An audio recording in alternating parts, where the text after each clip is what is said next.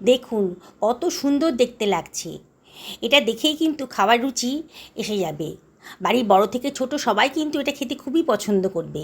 আর এটা বানিয়েছি না ময়দা, না আটা, না আলু, না সুজি।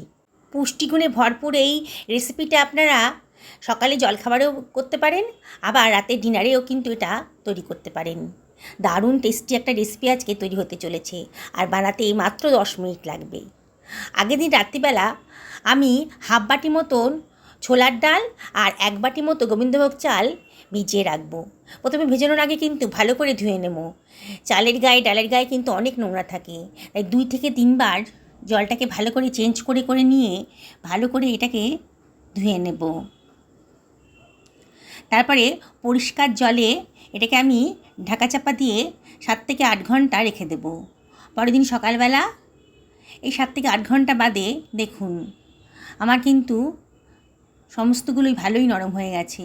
আমি একটা আঙুল দিয়ে কেটে দেখাচ্ছি, ডালটা কিন্তু একেবারে নরম হয়ে গেছে, আর চাল তো বেশ নরমই হয়।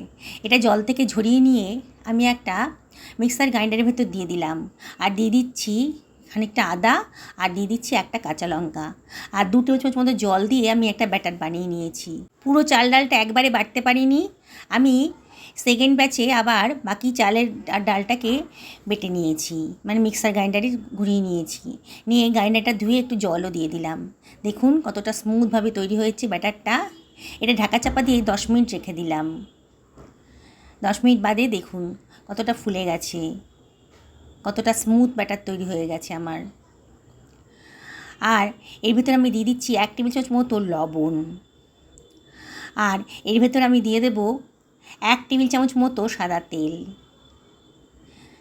1 টেবিল চামচ মতো ইনো আমি এখানে ব্যবহার করছি।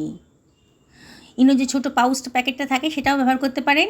আমি শিশি থেকে 1 টেবিল চামচ মতো দিয়ে দিয়েছি, আর ইনোটাকে অ্যাক্টিভ করার জন্য সামান্য একটু জলও দিয়ে দিলাম। দিয়ে আবারও সব কিছু খুব ভালো করে মিশিয়ে নিচ্ছি। ইনোটা দেওয়ার পরে কিন্তু আর বেশিক্ষণ ওয়েট করা যাবে না, চটপট কিন্তু এটাকে ভেজে ফেলতে হবে। দেখুন কতটা ফুলে উঠেছে ব্যাটারটা, একেবারে ফ্লাফি হয়ে গেছে। একটা ফ্রাই প্যান গরম করে নিয়েছি, তার মধ্যে একটুখানি অয়েল ব্রাশ করে নিচ্ছি। এটা বলতে পারেন একেবারেই অয়েল ফ্রি, খুব সামান্য অয়েল দিয়ে আমি এটা তৈরি করে ফেলবো।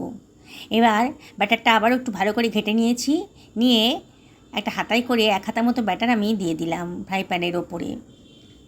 আরও অর্ধেক হাতা ব্যাটার আমি এর ভেতর দিয়ে দিচ্ছি, দিয়ে এবার ব্যাটারটাকে ফ্রাই প্যানের উপর ছড়িয়ে দিচ্ছি। খুব বেশি মোটাও করব না, আর খুব বেশি পাতলাও হবে না। এবারে আমি ওপর থেকে একটুখানি পেঁয়াজ কুচানো দিয়ে দিলাম, আর এর ভেতর দিয়ে দিচ্ছি একটুখানি ক্যাপসিকাম কুচি, আর একটুখানি টমেটো কুচিও দিয়ে দিলাম, খেতে ভালো লাগবে। একটুখানি কাঁচা লঙ্কাও দিয়ে দিলাম। বাচ্চাদের জন্য বানালে কাঁচা লঙ্কাটা অ্যাভয়েড করবেন। একটু ধনেপাতা কুচিও দিয়ে দিচ্ছি ওপর থেকে, আর একটুখানি চিলি ফ্লেক্স দিয়ে দিচ্ছি। দারুণ সুন্দর দেখতে লাগবে, আর খেতেও কিন্তু অনেক সুস্বাদু হবে।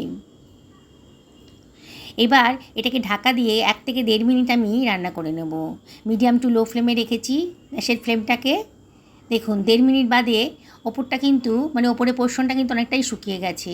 আমি সামান্য একটুখানি অয়েল ওপর থেকে ব্রাশ করে দিচ্ছি। আপনারা যদি মনে করেন অয়েল ছাড়া খাবেন, একবারে অয়েল ফ্রি খাবেন, তাহলে অয়েলটা না দিলেও চলবে। দেখুন আমি এবার এটাকে উল্টে দিলাম।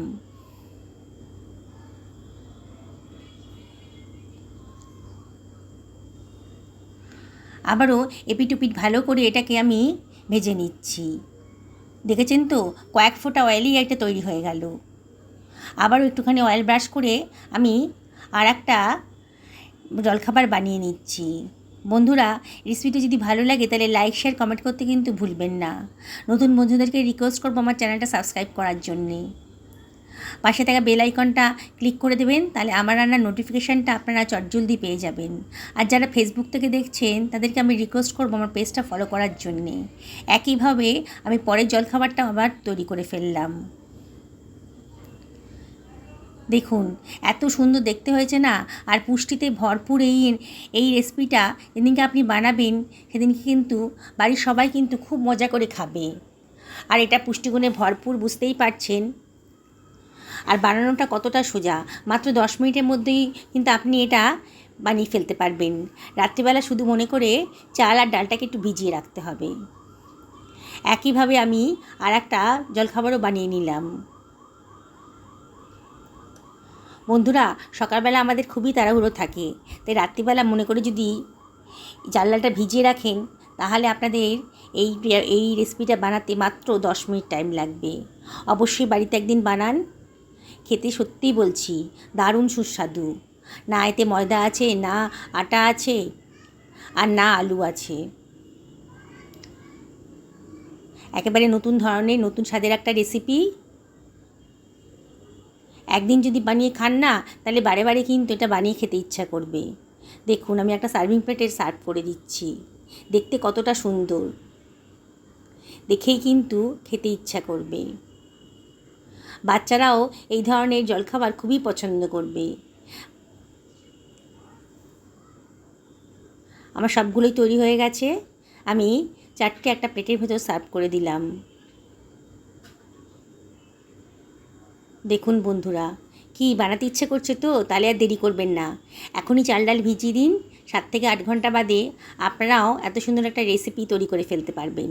দেখুন ওপরটা ক্রিস্পি হয়েছে, আর ভেতরটা কিন্তু একেবারে নরম, একেবারে নরম পাউরুটির মতো।